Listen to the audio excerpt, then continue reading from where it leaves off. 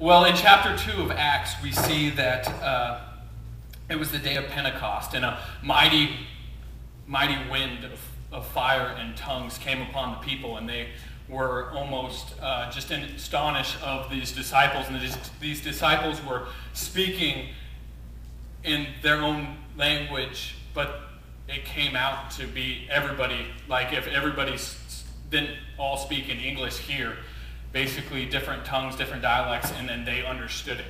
And everybody was going, whoa, what's happening? Really? I mean, how is this happening? And the disciples just spoke in tongues of fire, and the crowd just was kind of like, they started asking questions like, are these men drunk?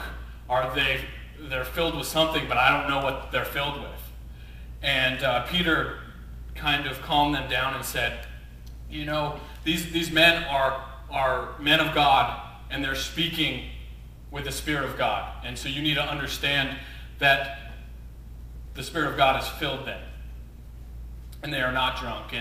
And with this, Peter tells them of Christ's love and the love that they might have saw or experienced. But it was just different for them because they were hearing this from somebody that they might have heard of it, but they never saw it firsthand, so they were seeing it firsthand. And the crowd asks him, what do we do now? We see this, but where do we go from here? And Peter tells them to repent and be baptized. And they devoted themselves to the apostles and the teachings and praising God.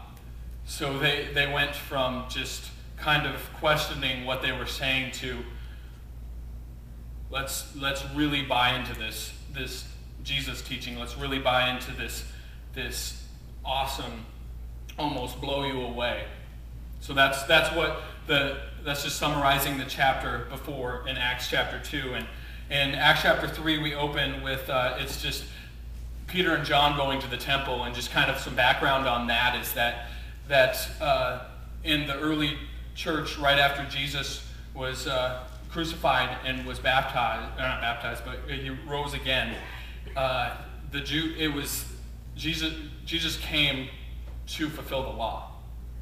And so the Jews still went to the temple, and they still praised and prayed to God daily, because that was the old law, and Jesus came in fulfillment of that law. And they were going one day to the temple, and one day Peter and John were going up to the temple at the time of prayer at 3 p.m.